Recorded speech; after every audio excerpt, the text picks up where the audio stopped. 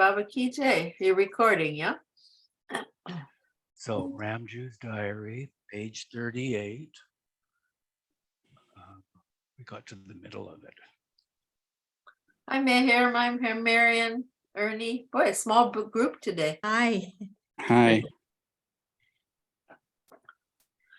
Eugene, if you don't mind, I will go fast because I may leave early. Oh, okay. You want to read first? Yes. Yeah. Starting with the March 11th. I think this date goes with this title, Yeah. Strange Cremation. Okay. March 11, 1922. The Strange Cremation. Today, Holi was observed at the hut. In the evening, Baba brought big pieces of firewood himself in a small bullock cart. A fire was duly lighted in the night and devotional songs were sung when the Kasbah party was present in full strength. Sitar and drums were also burned in the fire and a grave made thereof. March 25th, 1922. A cycle is drowned. Since some time, Latif's new cycle has been, under Baba's instruction, offered in raffle. The numbers having been almost taken up, the drawing is to be held today. Baba and the whole Mandali have come to Chinchwad for a pleasure party as well as to go through the drawing of the cycle lottery. In the evening, the drawing is finished up and Kodu gets the cycle. In return for this new cycle, Kodu's old cycle is taken away from him. Under Baba's instructions, it is broken into pieces with big stones and then thrown into a well nearby the Mandali.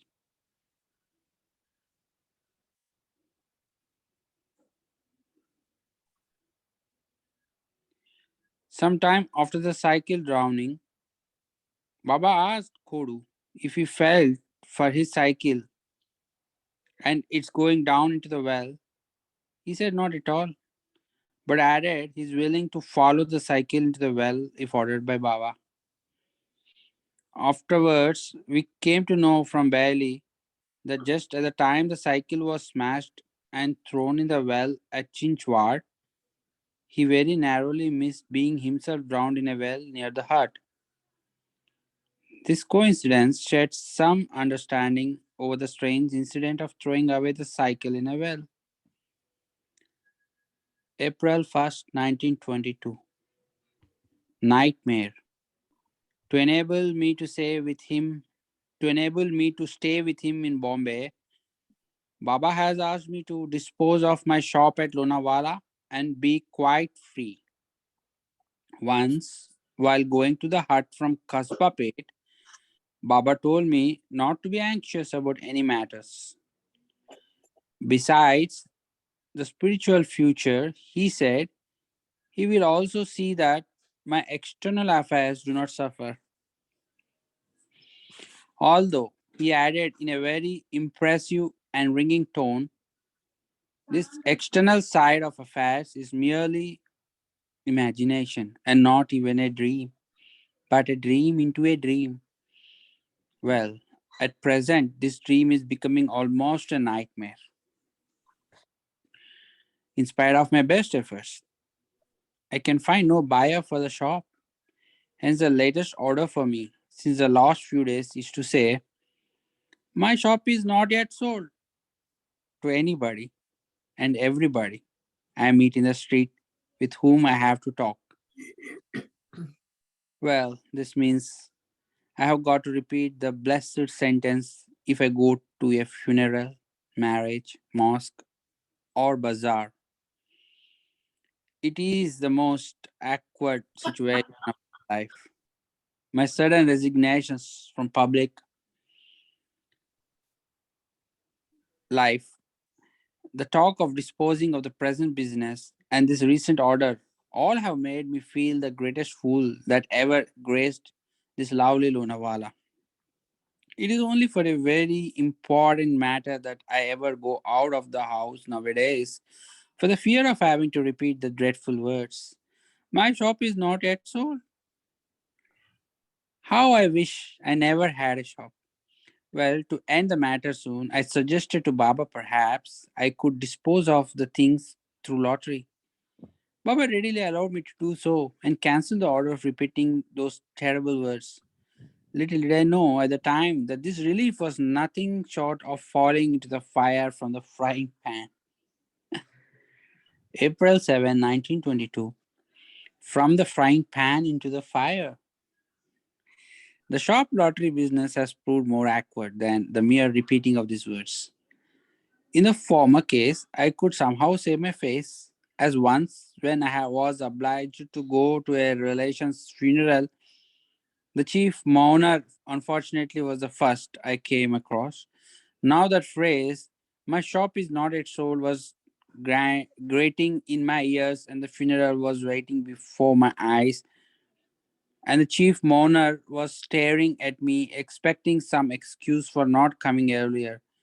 With one deep breath, I came by him and said, "My shop is not yet sold." And the consequent engagement forced me to be late, and so I was sorry, etc., etc., and thus escaped from a tight corner. But this lottery business is simply dreadful. There is no escape in soliciting favors from friends and relatives whom I had not seen for years, as Baba insisted that I should finish the matter soon and at least get half the numbers filled in myself. April 20, 1922. Ustadji. Munshi, Dr. Latif, Munshi, Dr. Latif, myself, and Gustaji went to Shivpur today for the gathering of Kamrali Darwe's tomb. After taking the usual baths in the natural springs, in which Gustaji also participated, we went for the Friday prayers. After the prayers, we had our meals, while Gustaji had only a glass of cooled milk, he being a vegetarian and the food brought being chiefly meat. Nowadays, Baba pays much attention to Gustaji. Every one of the mandali is impressed upon to pay due respect to Gustaji through various means. For example, some time back, Baba got Gustaji's photo fixed in the center of the hut with garlands around it, saying if Gustaji is garlanded, it amounts to himself being garlanded. While talking about the circle in a metaphor, Baba said, I am the driver, Gustaji is the engineer, Sadashiv is the couplings between engine and the carriages, Berahamji is a guard, and Bailey is a rail. While the rest of the members are different carriages of different classes according to respective connections with me. May 1st, 1922. Ready. It is being narrated for Baba and Mandali to go to Sakori for Upasni Maharaj's birthday next week, and after that to go to Bombay on foot. Most of the Mandali are ready. My shop has also been disposed of, the main subscribers being the Mandali. Babu Cycle Wala has also fired off his cycle shop and is ready for the march. May 6th, 1922. The first to retreat. It was understood of late that Usman seems to be on the verge of a revolt against Baba. Somehow his faith having got a shake. Baba wrote a letter to Usman to come to Pune and see him, and also offered him any supernatural phenomena by way of a test for his satisfaction. But the following reply is received today and already marks the falling of the first leaf. Bombay, 5th May 1922. Dear Mirwan said, yours to hand. You called me there, but sorry, I can't come. Nothing more to pen except my best salams to you and all. Yours sincerely, signed S.M. Usman. Postscript.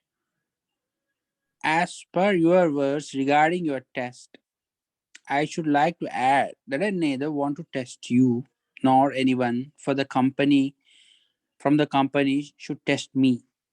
Signed SMU.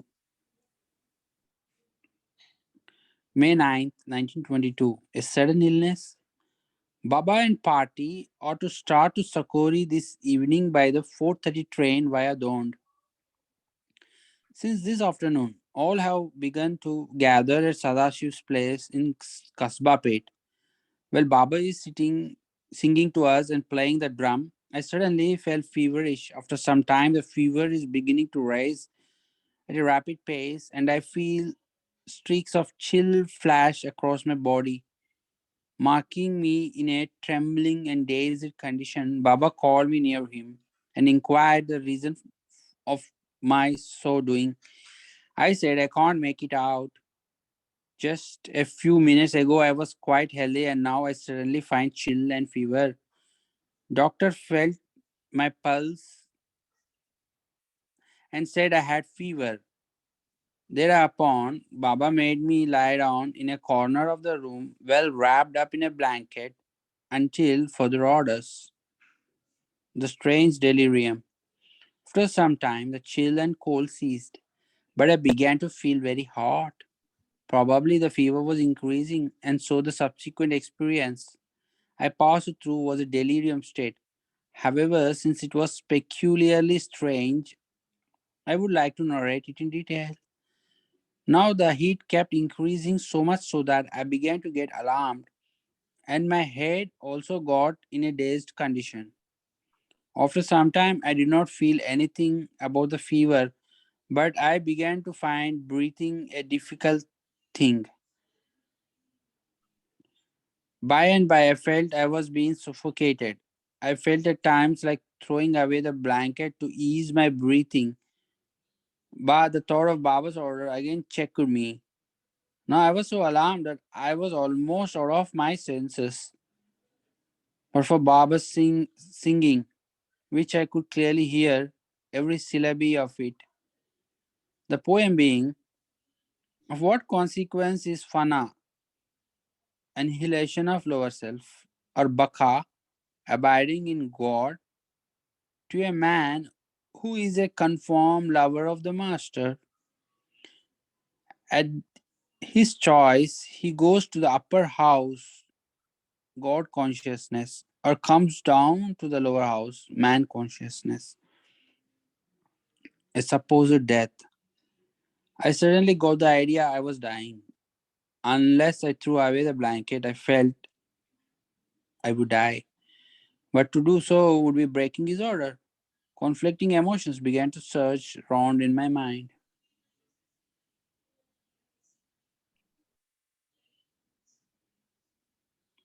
The picture of my wife and relatives on one side and Baba and his singing on the other hand put me in a dilemma. At last I decided to remain as I was, wrapped up in the blanket, resigned to my fate. I began to feel my toes becoming lifeless, and so gradually the lifelessness began to creep up. Tears began to flow freely from my eyes. When I felt the part of my body below the waist lifeless, this lifelessness kept on creeping up. Now my alarm knew no bounds. I simply felt lifeless, save for my eyes, which too, with a jerk and a shock, and I was dead. Queer illusions, dead and alive both at a time. This was a peculiar feeling I felt. I could hear preparations on foot for my funeral and telegrams sent to my relatives about my death. This rather pained me, but on the whole, now I did not feel any physical pain or discomfort. The blanket was taken away and I was made to sit, but I could not help feeling two existences: one, the dead body for which funeral preparations were going on a grand scale, and the other being lovingly treated and patted by Baba. I was given a drink and then asked by Baba to take a seat in a carriage with Bailey. While descending the stairs of Patel's house, I felt I was following my own coffin. When we came to the station, Baba asked me to get down from the carriage, and while I was doing so, he went in the station with some of the mandali. Not finding him near me, I refused to budge an inch from where I stood. In spite of Bailey, Asar, and some others' entreaties to me to at least come out of the way of surrounding carriages, if I did not wish to enter the platforms. I just stood where I was sandwiched between so many carriages and Victorias, thinking myself dead at first. I did not feel afraid of the carriages, but when I found myself dangerously near their wheels, I had a queer feeling that I would be crushed and again get alive. So I began to call repeatedly Meher Baba at the top of my voice to avoid the shock of becoming alive. At last, to my great relief, Baba came back to where I was standing and led me on the platform where I carefully sat very near him. Here I felt that thousands of persons had come to pay respects to my corpse, and the platform was overcrowded. Even a military guard of honor was drawn prominently for the lost honor. And at the same time, I felt amongst the Mandali going to Sakori. When the Raichur passenger steamed into Pune platform, we all got in. Baba asked me to lie down quietly on a bench and added, "Stop your mental films." I was gradually beginning to feel alright in every sense, seeing, hearing, and thinking. But for the fact that I was dead and to become alive again, I would have to undergo the same shock and alarm I felt while dying this afternoon. To avoid this shock and alarm, I thought it would be better if I remained dead as I was.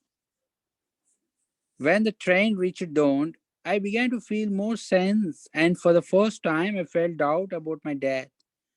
Finding Kak alone, I approached him and asked him very pleadingly if he would oblige me. Thinking me to have come to my senses, he said, "Yes, go on. What do you want?" "Then, will you tell me truly whether I am dead or alive?" I asked. Kak simply laughed and advised me to sleep. Almost all were laughing and cracking jokes about my strange behavior, and the more I was getting nonplussed.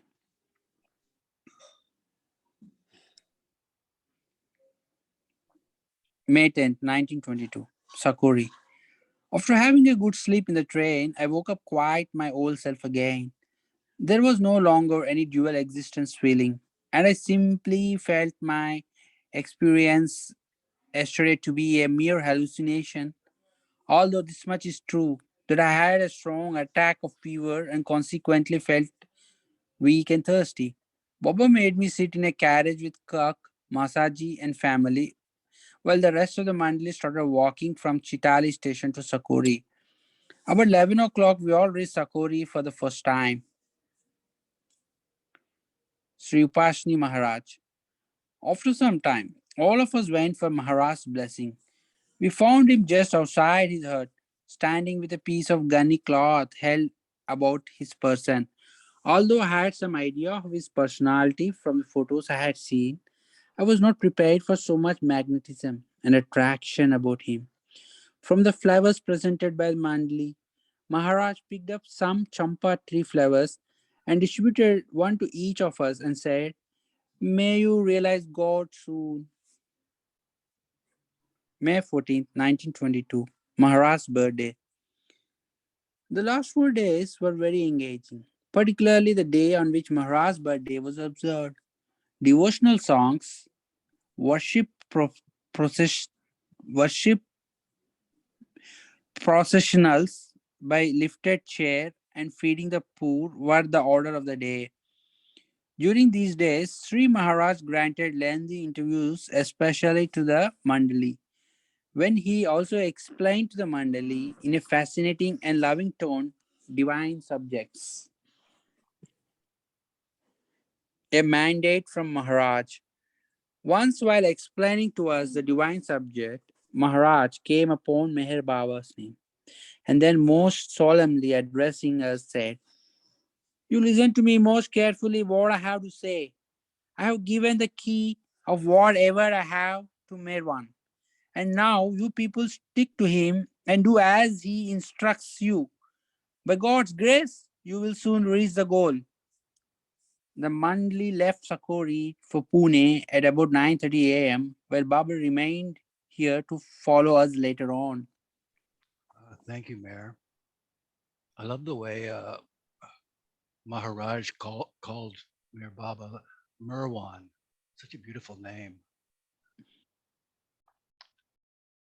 Betty, could you unmute and continue, please? May 19th, 1922, Baba returns from Sakori. Baba came back from Sakori this evening. Arrangements for engaging a bungalow in Andheri for the Mandali and Baba's stay in Bombay is already in progress. In a couple of days, we are to start for Bombay on foot. Pune to Bombay on foot. I think we determined it's about 100 miles. May 21, 1922. Baba and Mandali came to the hut tonight at about 10:30 p.m.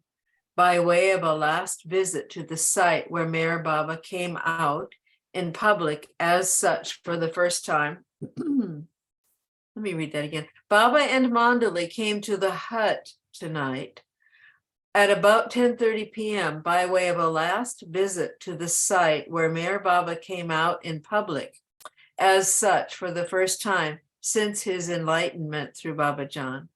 It can again be said to be the cradle of the Mandali's formation too.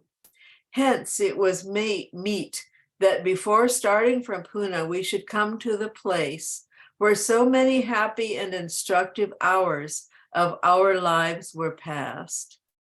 I wonder if the site is marked in any way. After taking away Gustaji's photo, we came back to Kaspapeth and began preparing for the march. The beddings and other necessities were, however, packed in a small bullock cart, especially procured for the purpose. Iron discipline. Dr. Adi and Slamson quietly slipped away to a hotel nearby and refreshed themselves with bread, cream, and tea. Somehow Baba got wind of their selfish treat and they were taken right and left. Although there was no definite contravention of his orders, Baba seemed to be greatly upset. At first, he asked Dr. Adi and Slamson to cut out. And when they were on the point of backing out with some hesitation, Baba called them back and allowed them to remain in the Mandali. After forbidding Adi and Slamson to have any connection, he advised all to be very careful in all matters while with him. This demonstration has created quite a new atmosphere of responsibility and seriousness amongst the Mandali. May 22nd, 1922, Chinchwad. In the early hours at about 2 a.m., we all started and first went to Charbadi, where, excepting Baba and Bailey, who kept at a distance, the rest of us went to Babajan and paid our respects. From here, we started direct towards the Bombay-Pune road. Being the first day and in the early hours of darkness, we could make but a very slow progress, and hence, after 4 hours' walk, we reached Chinchwad. Here, Marjun had arranged for our halt in the big stone bungalow just opposite to the Chinchwad railway station. Not having slept overnight, many were marked to be unsteady while walking. Ramjoo, who walked beside me, would actually take a nap while walking, as it was often that he would lurch against me with half-closed eyes and bump the sitar he carried in his hands against my head. Good strong tea was prepared and was distributed with some biscuits to the Mandali. After some rest and refreshment, we started again on our tramp. Patel and a couple of others were sent to Telegon by train, being badly shaken up already. This latter part of the day's tramp proved very trying, owing to the great heat and blazing sunshine. Telegon, Dabadi. At about 2 p.m., we passed the village of Kind and came on the outskirts of Telegon. Here, a group of big, shady trees was selected by Baba for our encampment. The last mile or two can well be said to have been covered by most of us dragging and shuffling our legs through mere willpower. It was almost 1 hour after Baba, Sarosh, and myself arrived that the rest of the Mandali came trudging one after the other. Doctor was the most done up, having got a raging fever, to whom a strong dose of quinine was given by Baba. May 23rd, 1922, Kamshet. After taking the much-needed rest and sleep overnight under the shady trees, we again started from Telegon this morning at 5 a.m. It was an easy tramp of a few hours that brought us in good spirits to Kamshet at about 9 a.m. Here, Abdul Tayyib of Lonavla, with the previous permission of Baba, had brought in his car a lot of bread, butter, and jam. This made an excellent breakfast together with the fine tea, which was also made by Abdul Tayyib. After taking the breakfast in the traveler's shelter near the station, we came to a cluster of trees along the railway line, just a furlong off from the town, and put up there for the day. May 24th, 1922, Kandala.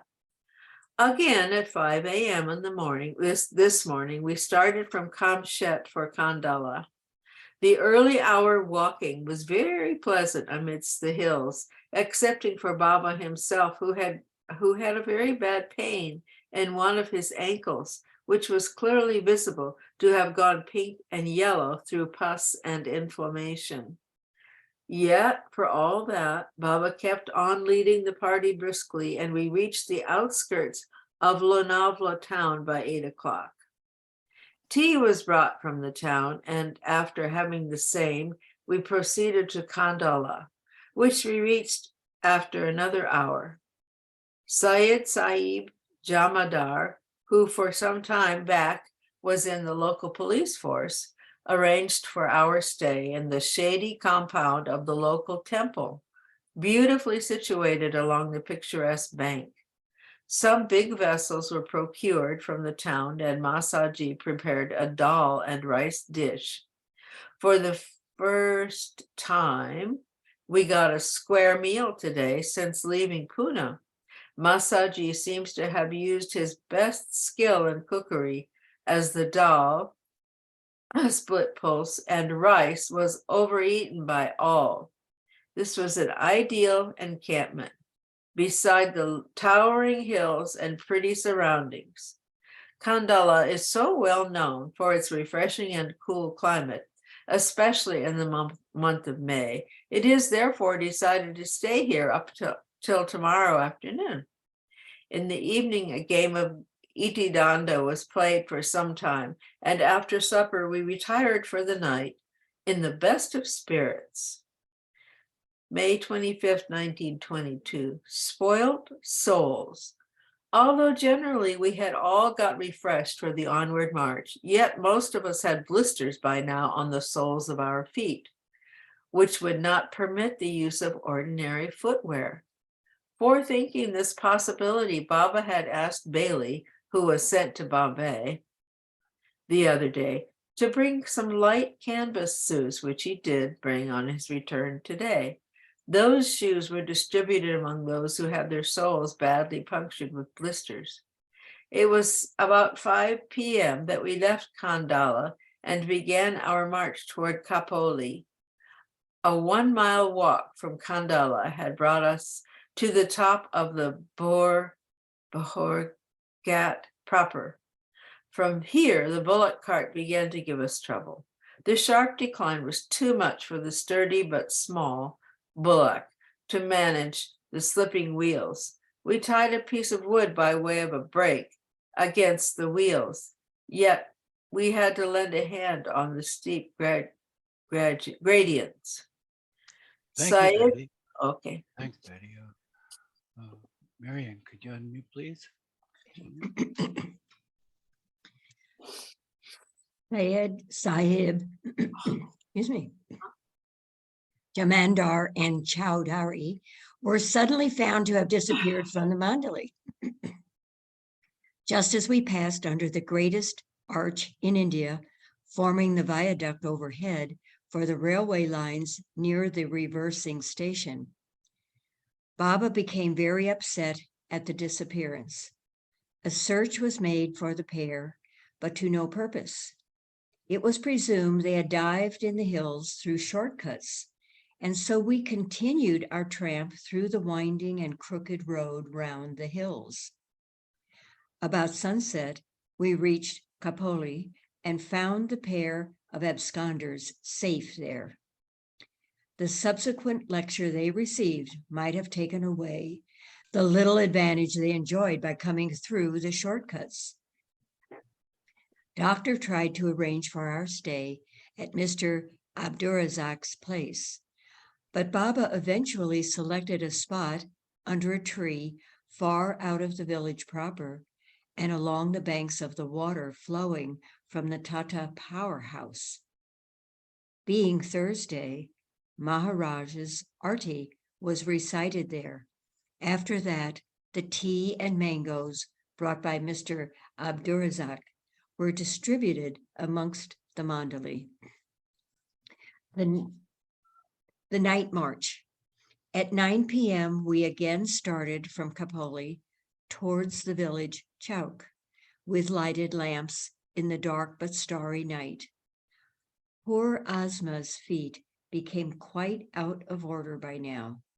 It was the funniest sight to see him still trying to walk on those parts of his soles that were free from blisters. It seemed as if he were trying to master the art of dancing. Seeing this, Baba made him sit in the bullock cart with a few more who were in the same sorry plight. Our occasional marching tunes, such as Master Upasni, my mother, I know he has realized God, etc., repeated collectively, sounded and resounded in the still air of the night in echoes. The rest at Kandala had to be paid back with interest by the night march of about 20 miles. Chowk. To the great surprise of the Chowk residents, we marched through the village at about 3 o'clock in the night. At first, we were taken for robbers by the half-sleepy villagers and were challenged.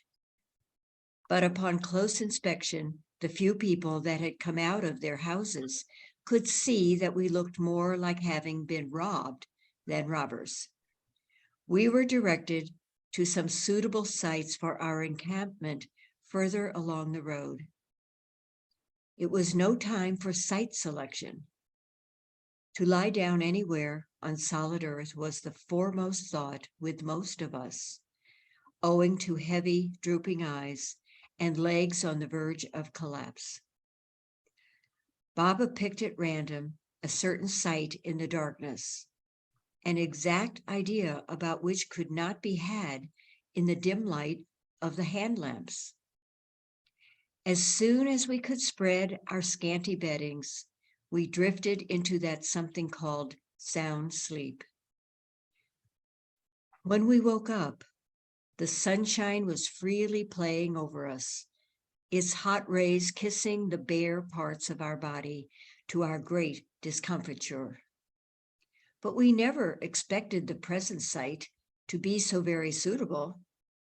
There was a huge tree sufficient to protect the mandali with its shade, while a good water well was nearby, and the general surroundings the best under the circumstances.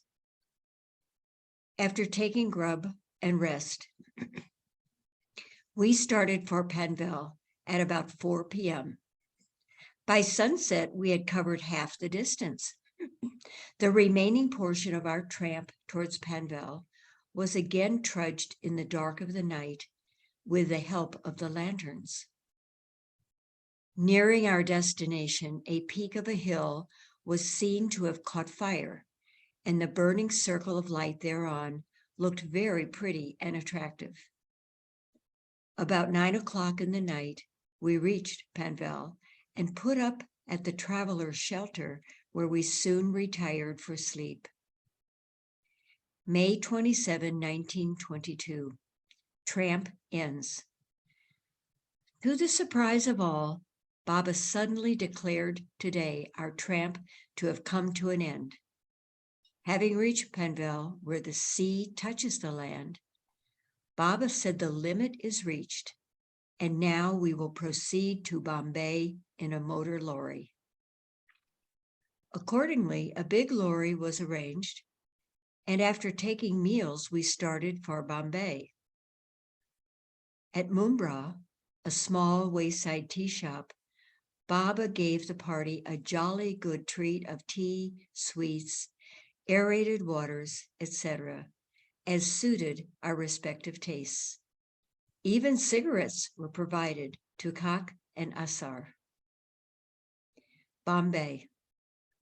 About 4 p.m., we entered this great city and drove straight to Adur Rahman Baba's shrine. All were asked to go and pay our respects at the shrine, while Baba remained in the car. After returning to the lorry, I marked Baba lying in the bottom of the car, flat on his stomach, in the manner a Hindu bows to a master, with his head towards the shrine. From here, we drove straight to Charney Road at Munshi's quarters, where we are to remain as guests, pending the arrangement of a suitable bungalow. And thus, in spite of walking, eating, and sleeping irregularly with so many people of different temperaments and physiques, the tramp was concluded quite in order and without any mishap. May 29, 1922, Miniature Prayer Festival. All were roused at 4 o'clock this morning by Baba, and immediately a record of some verses from the Quran was started on the gramophone under his instructions. A general holiday atmosphere is prevailing all over the place. A big and fine tent has been temporarily stretched over the open space opposite the quarters for the Muslim festival prayers to take place here. Munshi has also arranged for an imam to conduct the prayers. After bath and a change of linen, which every one of the mandali takes and does, the Muslim members joined the praying party in the tent, while Baba and the rest sat round the same watching the proceedings. Besides ourselves, many Muslims in the back bay work staff had joined us, and the congregation looked like our own small Muslim prayer festival.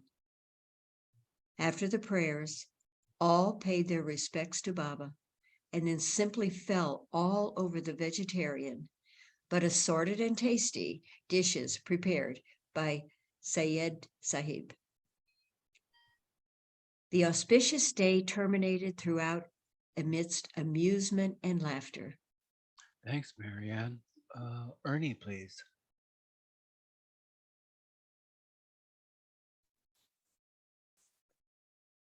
Three, early days in the Manzil. June 7th, 1922. Headquarters. The last week was passed very busily. It took about 3 or 4 days of vigilant searching on all sides of Bombay for a suitable bungalow. Then at last, number 167 on the main road at Dadar, near the GIP railway station, was selected. It took 2 days more to make the landlord come to reasonable terms. When this was concluded, the work of necessary partitions in the halls and big bedrooms of the bungalow was begun under Slomson's supervision. Out of the 2 big central halls and 4 side rooms, 13 rooms of about 8 by 8 have been made through gunny bags fixed against wood frames in an orderly and proportionate way. The big side room on the north, with the stairs for the top floor, has been left as it is, without any partitions, as a dining room. On the top floor, there is already a small room, which is set aside for Baba and Gustaji, while another small space is partitioned off, forming small rooms for Sadashiv Patel and Baramji, and the remaining space is left open as a big hall for meetings and ceremonies. It is a very commodious and airy place, having a small compound of its own, with considerable open space in the rear. Besides this main building, the kitchen and latrines have separate buildings on the north and a separate small cottage on the south in the back compound.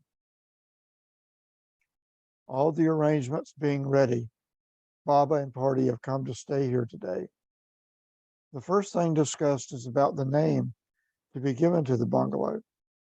After some suggestions and discussions, Baba's selection is approved by all, and Manzil-e-Mim is the name given to the place. Thereafter, Baba distributed a room each to a pair from the Mandalay. The selection of roommates was made by Baba of his own accord, without taking the opinion of the parties concerned themselves. On what possible principles, he alone is knowing. My lot was cast with Slamson, in spite of our having nothing common between us by way of religion or regard. The 7 Commandments. A couple of days ago, while at Charna Road, Doctor had, under Baba's instructions, drawn the following orders, which Baba enjoined upon us to observe every one of them very carefully and strictly from today, and which are as follows. The 7 special orders. 1, to follow to the letter the spiritual instructions given by me.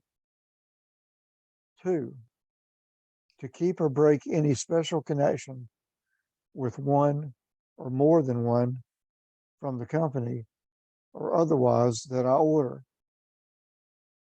3, to totally abstain for 12 months from intoxicating drinks or substances, as well as sexual intercourse, except when allowed with legal wives.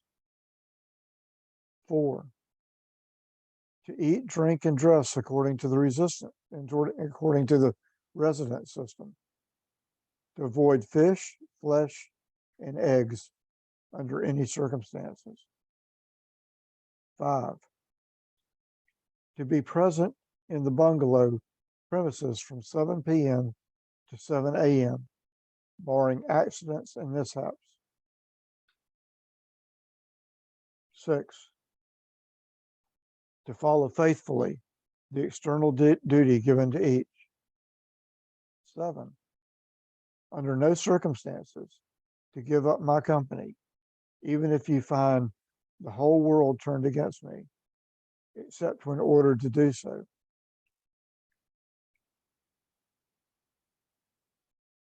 NB. I don't know what that means.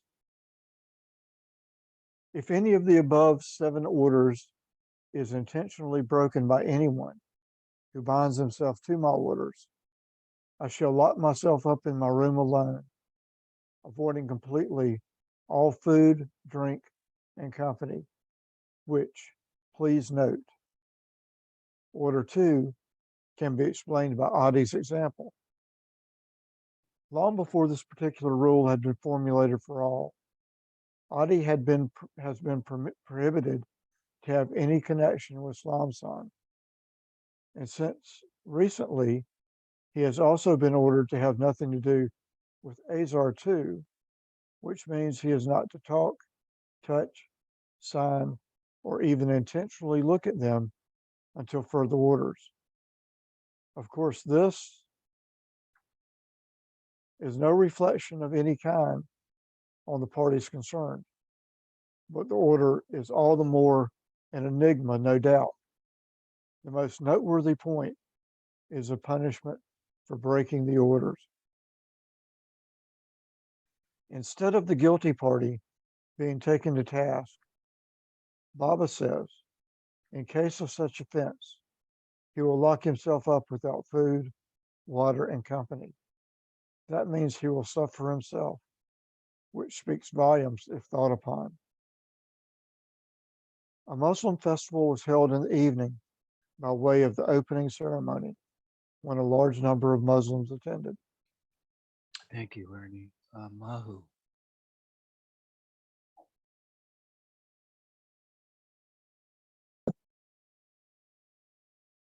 June 15, 1922. The life in the manzil. By now, most of the Mandali are engaged on different jobs in government or private offices and workshops for the daytime, as those who go out have been strictly enjoined to be careful of order number 5, such as to be present in the bungalow premises before 7 sharp in the evening. Among those left in the manzil, Khak and Asar are occupied in compiling Upazi Maharaj's biography in Urdu.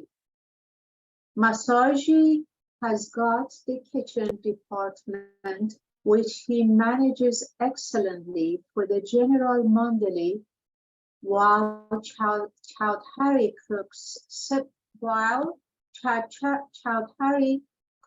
separately for the Hindus. A few others have been given several domestic duties, while some arrangement is in progress to provide suitable occupations for the remaining handful. The food.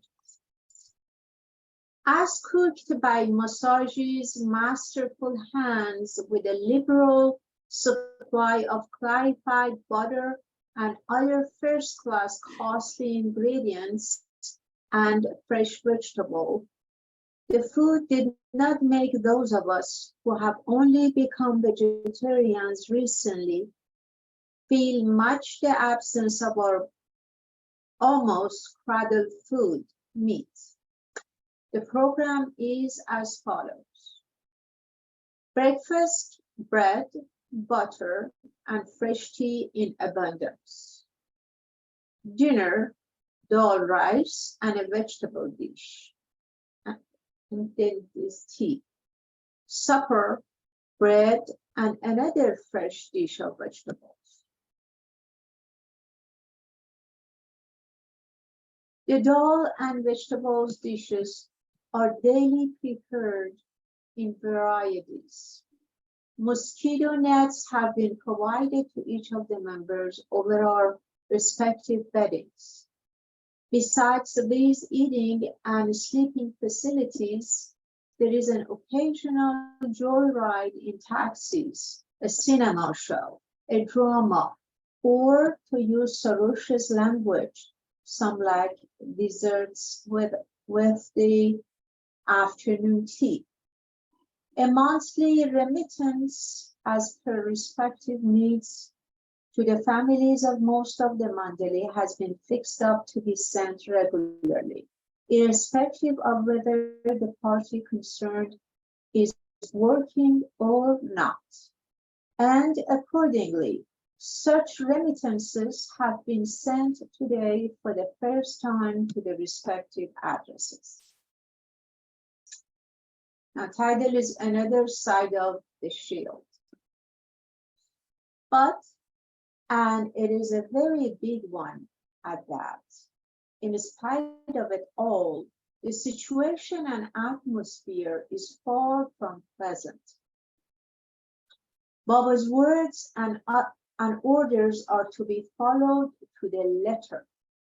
For instance, if one is washing his face and has applied soap all over it, and if he is cold just then, he must repair to Baba at once in the same condition at the pane of a great store. Similarly, if one is asked to stand up, he should remain so until further orders. Or when ordered to sleep, one should try to do so where he is without going to his room. Then, besides the 7 orders, there are hosts of unwritten but standing orders for following the commonest daily routine. See December 28, 1922. All at certain fixed times, such as sleeping, eating, playing, riding, going out for business, etc. One feels as if there is hardly scope left to use one's own willpower, since almost everything is to be done under orders and with permission, and that too with a mechanical regularity and precision. Just a minute's chaff and the unfortunate member is sure to pass a bad hour. The general orders include the instructions not to read or write anything, or talk with or see friends without permission. Which means while passing in a tram, one cannot read a signboard, or if unluckily a friend were to be encountered, one could not talk with him. Thanks, Mahu. Rolf.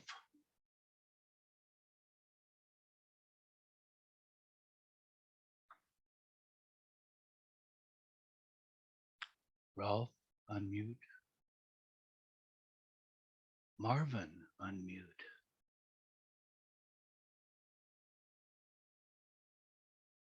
I guess they're not there. Yeah, hey. Thank you. No, I'll give it a shot. Eugene. Hey, Gene, it's Marvin. Oh, you both are answering at the same time. So Rolf first, then Marvin, please. Thanks. I've got the phone in my shirt pocket. I'll try to read in a little while, perhaps. Thank you. Sorry. Oh, okay. Marvin, that's you then. The climax. It would not be out of place to recall an incident in this connection. While coming from his garage the other day, Sarosh met a friend in the local train. The friend, being his school chum, greeted Sarosh with great enthusiasm. But lo, there was no reply from Sarosh. On the contrary, he turned away his face. The friend at first thought he had made a mistake, but after re-examining Sarosh's features closely, he blurted out, "Sarosh, why? What's the matter with you?" Still not getting any reply, he began to express sorrow and even wept at the thought that his friend had gone stark mad. July 2nd, 1922, The Supernatural. Being Sunday, the whole of the Mandalay is indoors. In the afternoon, we all go to Bandra, headed by Baba, and play some exciting games of Iti Danda on the seashore. Coming to Bandra reminds me of a strange incident. Since coming to stay in the Manzil, Baba does not give interviews to the public, yet an exception is made sometimes in special cases. Such was the case when Professor Sayani came to see Baba once in the afternoon. While sitting near Baba and talking formalities, Baba all of a sudden told the professor that nowadays I am putting a Turkish cap on my head when I go out. Then turning around towards the Mandali, he asked, "Is it not the fact?" Of course, all corroborated Baba, as really since coming to Bombay up to today, he uses the fez if ever he puts on a cap. At the time, we could make neither head nor tail out of these remarks of Baba as to what he wears on the head. But when Professor Sayani came out of Baba's room and was about to leave the bungalow, he volunteered the following explanation. My mother, who has been sitting at Mulana Sahib's tomb at Bandra for the past 20 years, asked me to go and see Meher Baba and mark what particular headgear he used. Finding Baba bareheaded, I was quite at a loss to understand how to ask or inquire as to what cap he puts on. When just at that moment, without any hint from me, Baba has explained away my difficulties. A new business of hardware stores, supplying under the style of S.A. Wahab and Company, has been decided to be started under the partnership of Usman and Baramji in Vazier Mansions on Sandhurst Road. Myself and Slamson are to be appointed accountant and canvasser, while Ahmed Khan will be given the job of office peon in this new concern. Thus, almost all will then have occupations. July 12th, doctor retires. Of late, discussion is going on between Doctor and Baba whether the former can carry on his medical profession and business, and at the same time observe all of the Manzil's rules and orders, specifically that of teaching. One second. Specifically that of teaching the bungalow before 7 p.m. every day. Finally, it was decided to dispose of the stores and dispensary. After some days of negotiations with Roy and Company, I succeeded in getting it fired off on reasonable terms. And thus, Dr. Ghani's American Homeopathic Stores Company and Dispensary have disappeared into thin air today, and no trace is left of the one-time rendezvous of old friends. Before Doctor was firmly trapped, Baba used to tell him that his stores would develop so rapidly and on such a grand scale that at least half a dozen assistants will be required to handle the big business. While in the end, it happened quite the reverse.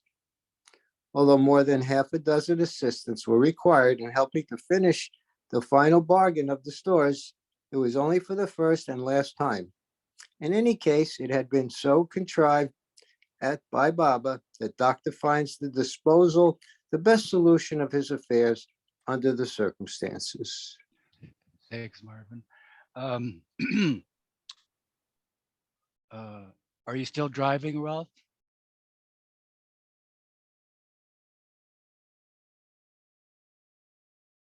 Okay, I'll take a turn for a few minutes. July 19, 1922, Temporary Poets. Today, quite Eugene, a novel. you're a little low. Your voice volume is a bit low. Is this better? Today, quite a Yeah, novel that's better. pastime Yeah. was started by Baba. Some of us were asked to try a hand at poetry, leaving aside the question of results, as much cannot be expected of amateur poets. The time was passed very interestingly. As a sample, Doctor's poetry is reproduced here. Your love has made me forget the variety of numerous stories that were stored in my memory. I have pledged myself to obey him, but he alone knows what a variety of doubts do I still have. Never did I see or hear in my dreams the variety of secrets that were revealed to me. You too now make up your mind to go to Medina, since a variety of caravans are making headway to it. For the sake of Mer, Ghani has taken up to a variety of friends of undesirable nature. I wonder who they were. Maybe Bailey was one. His buddies in the ashram, yeah, the whole lot, probably. Was can I know, was he a Muslim, Ghani? His reference to Medina. I guess so. Yeah. He was Definitely, Ghani was definitely Muslim. Oh, Yeah. okay. Yeah. He was the original, originally assigned to write God Speaks, right, Marvin? Well, yeah, he did do some writing for it, which never really got used too much of. If at all. Yeah, he was Yeah. actually So he was you're actually still called a recording? Sufi. He was actually Yeah. called a Sufi, Ghani. Okay, Mahu's reminding us that we're still Yeah, recording. okay. All right. Thank you, Betty. Betty's fault. July 27, 1922. Overenthusiasm. Having heard of the recent poetic attempts of some of us, Rustam Jafrabadi is fired with the enthusiasm of competing with Sadi and Hafiz. Every now and then, he brings some lines, generally in praise of Baba, to him. On such occasions, all are called together, and Rustam is asked to repeat the gems of his crude imagination, to the great amusement of all. Some idea of his brilliant poetry can be had from this example, that if one line of his verse is 2 inches long, the next is 8 inches. He seems to have an utter disregard for the proper rhymes and follows the well-known principle. Quote, let the art of composing poetry be dismissed. The substance has been conveyed, end quote. But one cannot deny his sincere feelings of devotion and regard underlying the crude and humorous manifestation of his queer poetry. Besides, it provides great amusement to the Mandali.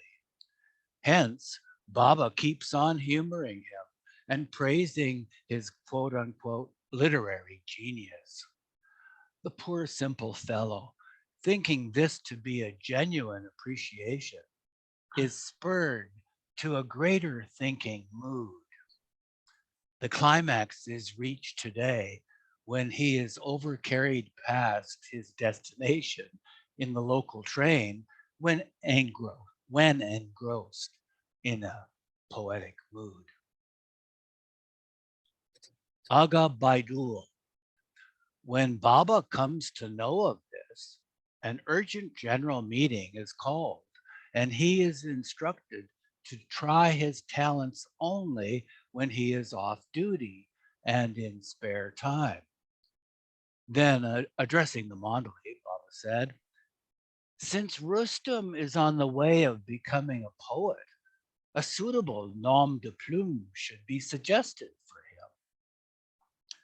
Many poetic and musical nicknames were hinted by some of the Mandali during the discussion that followed.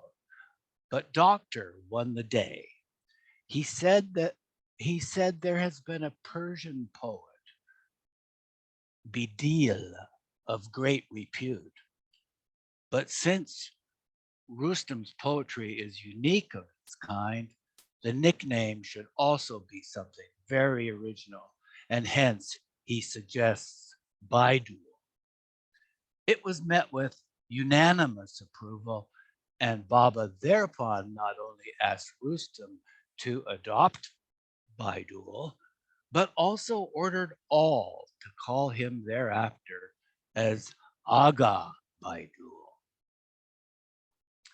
At this, the newly created Aga Baidu said that at times his pen cannot keep pace with his thoughts when he once gets in the poetic mood, and hence somebody may be ordered to do the writing work for him.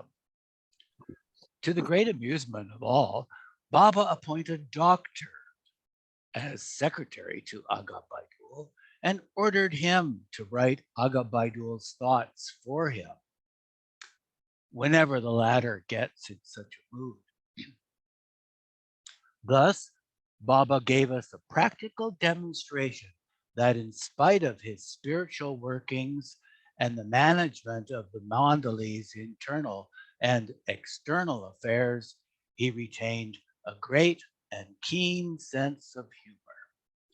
So we'll continue from here next week.